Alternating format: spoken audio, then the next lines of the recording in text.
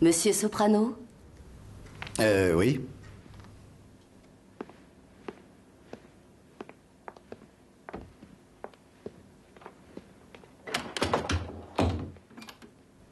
Je vous en prie, asseyez-vous.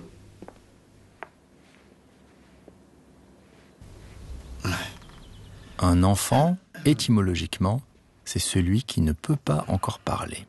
Infans, ça veut dire privé de parole.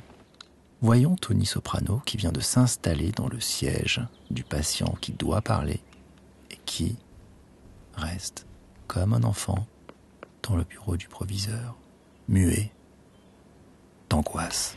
D'après le docteur Cusamano, votre médecin de famille, j'ai cru comprendre que ces derniers temps, vous vous étiez évanoui à la suite d'une angoisse subite et que vous ne pouviez plus respirer. Ce sont eux qui ont parlé d'angoisse parce que tous les examens et autres analyses n'ont rien mis en évidence.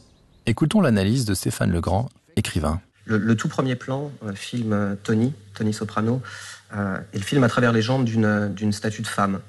Il est littéralement présenté comme quelqu'un dont une femme vient d'accoucher. Il est entre ses jambes. Une statue qui a l'air de lui rappeler quelqu'un, peut-être sa mère.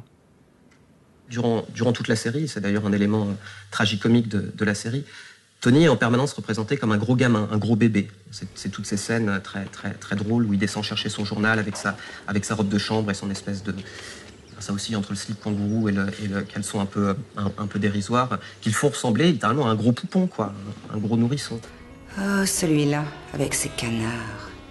Vous savez que si vous ne voulez pas de cette rampe, je vous en construis une autre, d'accord? C'est peut-être le bois que vous aimez pas. Hé, les enfants, venez! Ils essaient de voler! Venez voir les bébés essaient de s'envoler! Regardez, ils essaient de voler! T'aurais dû nous montrer ça hier! C'est super! C'est aussi sa tendance à se comporter comme un enfant pulsionnel qui ne supporte pas de refouler ses désirs, qu'ils soient sexuels, qu'ils soient des pulsions de destruction, des pulsions de violence, qui ne cesse d'essayer de jouer avec la vie et de se débarrasser de tout ce qu'elle a de sérieux.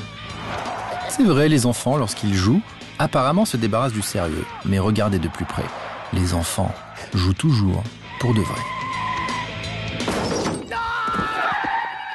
C'est finalement en ça que la thérapie pour Tony est inévitablement un échec. Car il veut rester un enfant.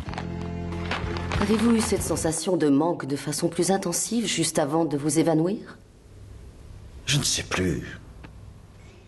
Parce que même si le dispositif thérapeutique est censé lui permettre d'accéder à la vérité de lui-même, aux sources et aux racines de ses névroses et de sa dépression, et ainsi l'en libérer, en fait, pour lui, c'est simplement quelque chose qui reconduit son aliénation fondamentale, qui est justement l'enfermement dans la famille. La psychanalyste, le docteur Melfi, ne cesse de l'interroger sur ses relations avec sa famille, avec sa mère, avec son père, donc de le ramener à ce statut d'enfant et à son ancrage dans l'enfance. Tony Soprano, chef mafieux, mais surtout éternel enfant, regardez-le, muet de bonheur, devant les photos de ses jouets volés, à l'approche de Noël.